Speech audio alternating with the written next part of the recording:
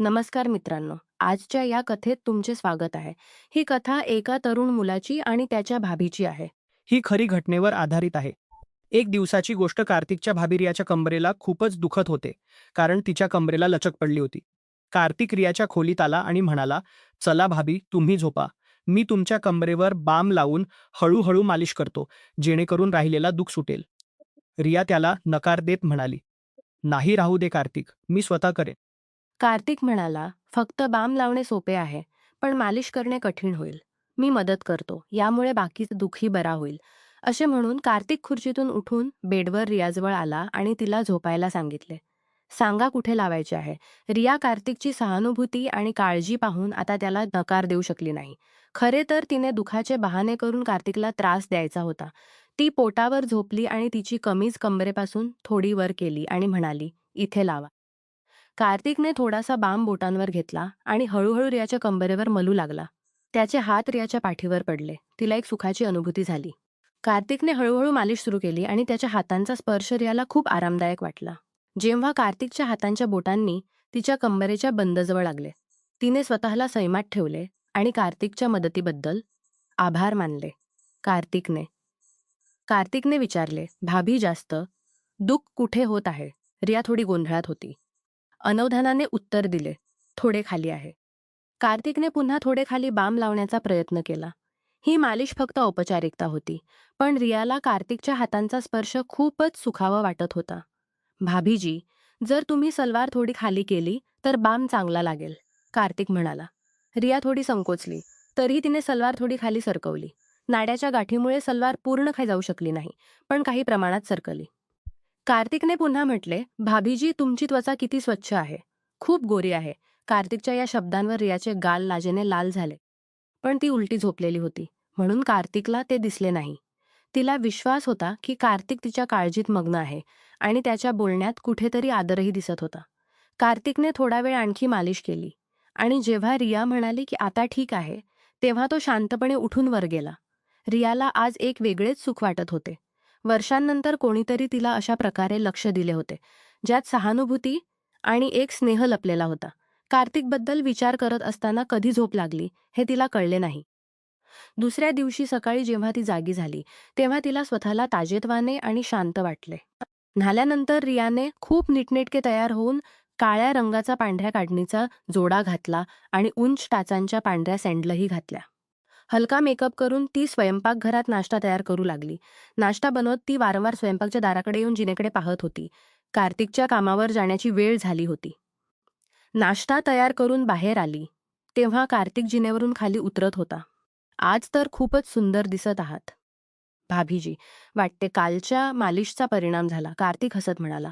त्याच्या नजरा रियाच्या पोशाखावर आणि नंतर पेन्सिल टाचांच्या सँडलवर होत्या.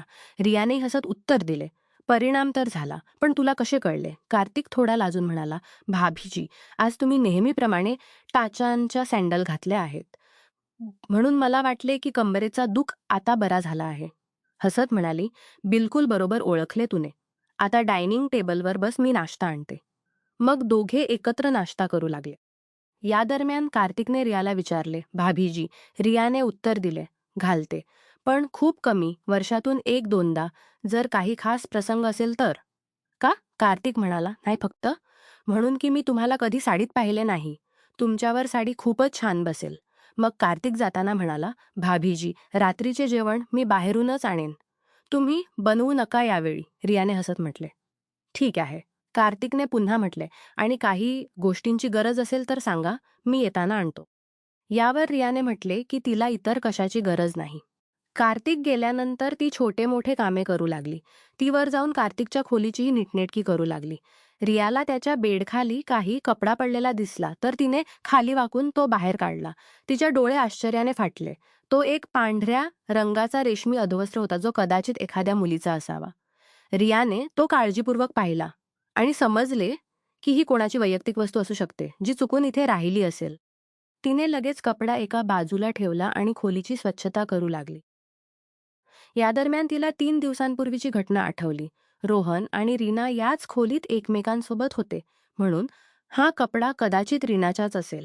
कपडा उचलून पाहिला तर त्यावर काही पांढरे डाग दिसले. ते पाहून ती दुसऱ्याच जगात हरवली. तेवढ्यात अचानक बाहेर ते मुख्य दारावर ठोका आला. तेवढ्यात कपडा परत बेडखाली ठेवला आणि बाहेर येऊन दाराकडे पाहिले तर शेजारच्या घरात राहणाऱ्या कोमल भाभी उभ्या होत्या. "मी आता येते," रिया म्हणाली आणि लगेच कार्तिकची खोली बंद करून खाली येऊन दरवाजा उघडला. कोमल जी शेजारच्या घरात राहत होती, तिचे वय 35च्या आसपास होते आणि ती घरीच ब्युटी पार्लर चालवत होती. कोमल अनेकदा दुपारी रियाच्या घरी येत असे किंवा तिला आपल्या घरी बोलावून घेत असे आणि दोघी इकडे तिकडेच्या गोष्टी करत असत.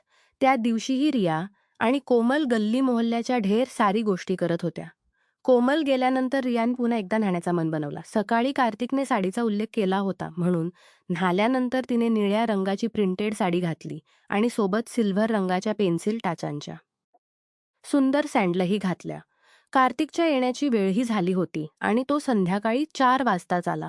तिने दरवाजा उघडला तर कार्तिक तिला खूप लक्षपूर्वक पाहू लागला आणि अशा प्रकारे पाहताना पाहून रिया हसत अदा करत म्हणाली, "असे काय पाहत आहात?" कार्तिक हसत म्हणाला, "खरंच भाभी, आज तुम्ही या साडीत खूपच सुंदर दिसत आहात." असे म्हणून तो आत आला आणि सोबत रात्रीचे जेवणही आणले होते. "भाभी, मी वर जातो फ्रेश होण्यासाठी. तुम्ही एक ग्लास सरबत बनवाल का? प्लीज." रियाने त्याच्याकडे हसत पाहिले आणि म्हणाली, "हो, हो. का नाही?" त्यानंतर कार्तिक वर गेला आणि फ्रेश होऊन जेव्हा खाली आला, तेव्हा त्याने आरामदायक टी-शर्ट आणि शॉर्ट्स घातले होते. रियाने सरबत बनवले आणि ते तिच्या खोलीत आणले, जिथे कूलर चालू होता. कार्तिक खोलीत येऊन समोरच्या खुर्चीवर बसला आणि रियाही बेडवर पाय खाली टांगून बसली. दोघांनी इकडे तिकडेच्या गोष्टी केल्या. या दरम्यान कार्तिकने रियाला विचारले, "भाभी, आता तुमच्या कंबरेचा दुःख कसा आहे?" रिया हसत म्हणाली, "अरे, आता तर मी पूर्ण ठीक आहे. काल तर इतकी चांगली मालिश झाली होती." कार्तिकने आपला शरबताचा ग्लास साईड टेबलवर ठेवत म्हटले, "भाभी, तुम्ही आरामात झोपा. मी एकदा आणखी बामने तुमची मालिश करतो, जेणेकरून तुमची तब्येत आणखी चांगली होईल." रियाने नकार देत म्हटले, "नाही कार्तिक, मी आता पूर्ण ठीक आहे." पण कार्तिक म्हणाला, "भाभी, तुम्ही माझ्यासाठी नेहमी इतके करता. मी तुमच्यासाठी इतकेही करू शकत नाही का? चला झोपा." आणि रिकाम्या ग्लासला टेबलवर ठेवत म्हणाली, "अच्छा बाबा, तू मानत नाहीस, झोपते. तर सँडल काढू का?" "सँडल काढण्याची गरज नाही भाभी." "भाभी, इतक्या सुंदर सँडल तुमच्या सुंदर पायांची सुंदरता आणखी वाढवत आहेत. तुम्ही असेच झोपा." कार्तिकने थोडी चंचलतेने म्हटले. त्याच्या गोष्टीवर तिला हसू आले आणि तिने त्याची गोष्ट मान्य करून बेडवर झोपली. तिने साडी घातली होती म्हणून तिची कंबर कार्तिकच्या नजरेसमोर होती. कार्तिकने बाम बोटांवर लावला आणि रियाच्या कंबरेची मालिश करू लागला. तिने विचारले, "एक गोष्ट सांग, कार्तिक, तुला माझ्या उंच टाचांच्या सँडल खूप आवडतात ना?" लाजून म्हणाला, "हो भाभी, तुम्ही पूर्ण बरोबर सांगत आहात. स्त्रियांच्या पायात हाय हिलच्या सँडल खूप आकर्षक दिसतात. तर नेहमीच हाय हिलच्या सँडल किंवा चप्पल घालत असतेस," ती म्हणाली. "अरे, यात लाजण्यासारखे काय? काही विचित्र वाटत नाही. मी तर तुझ्या भावना समजते." कार्तिकचे हात हळूहळू खालीकडे वाढू होता. कार्तिकचे हात हळूहळू खालीकडे वाढू लागले. रियाच्या मजाक्याच्या मूडला पाहून कार्तिकनेही थोडी हिंमत दाखवत म्हटले, "भाभी, किती मऊ आहे. तू साडी थोडी खाली कर की जेणेकरून मी चांगली मालिश करू शकेन आणि साडीही घाण होणार नाही." थोडी लाजून तिने साडी थोडी सैल केली, जेणेकरून मालिश करायला सोपे होईल. तिला मागील रात्रीच्या मालिशपासून खूप सुख मिळाले होते. जास्त विरोध केला नाही. रियाने साडी सैल केली. कार्तिकने हळूच साडी खालीकडे केली, जेणेकरून तो चांगल्या प्रकारे तिच्या कंबरेची मालिश करू शकेल. पण त्याचवेळी रियाला जाणवले की तिने घाईघाईने काही चूक तर केली नाही ना, आणि तिला थोडी असहजता जाणवली. तिने लगेच परिस्थिती सांभाळत साडी नीट केली आणि कार्तिकला थांबण्याचा संकेत दिला. कार्तिकने काहीही न बोलता हळूहळू रियाच्या कंबरेची मालिश सुरू ठेवली. जसे जसे खोल सुख मिळत होते, ती मालिशपासून मिळणाऱ्या आरामाचा आनंद घेत होती आणि तिला कोणतीही आपत्ती वाटली नाही. कार्तिकने मालिश सुरू ठेवत हळूहळू आपले हात खालीकडे वाढवले. मालिशने आराम मिळत होता, पण तिला जाणवले की कार्तिकने थोडी अधिक हिंमत केली आहे. तिने जाणवले की तो तिच्या पाठीमागच्या खालच्या भागाकडे जास्त लक्ष देत आहे. रियाला हे जाणवले की तिचे साडीचे कोट थोडे अधिक सैल झाले आहेत आणि तिने लाजेने आपला चेहरा उशात लपवला. दाबून आपल्या आतील बेचैनी नियंत्रित करण्याचा प्रयत्न करत होती. कार्तिक तिच्या त्वचेवर बाम लावण्याच्या बहाण्याने मालिश करत होता. तिला जाणवत होते की कार्तिकची हालचाल आता अधिक झाली आहे.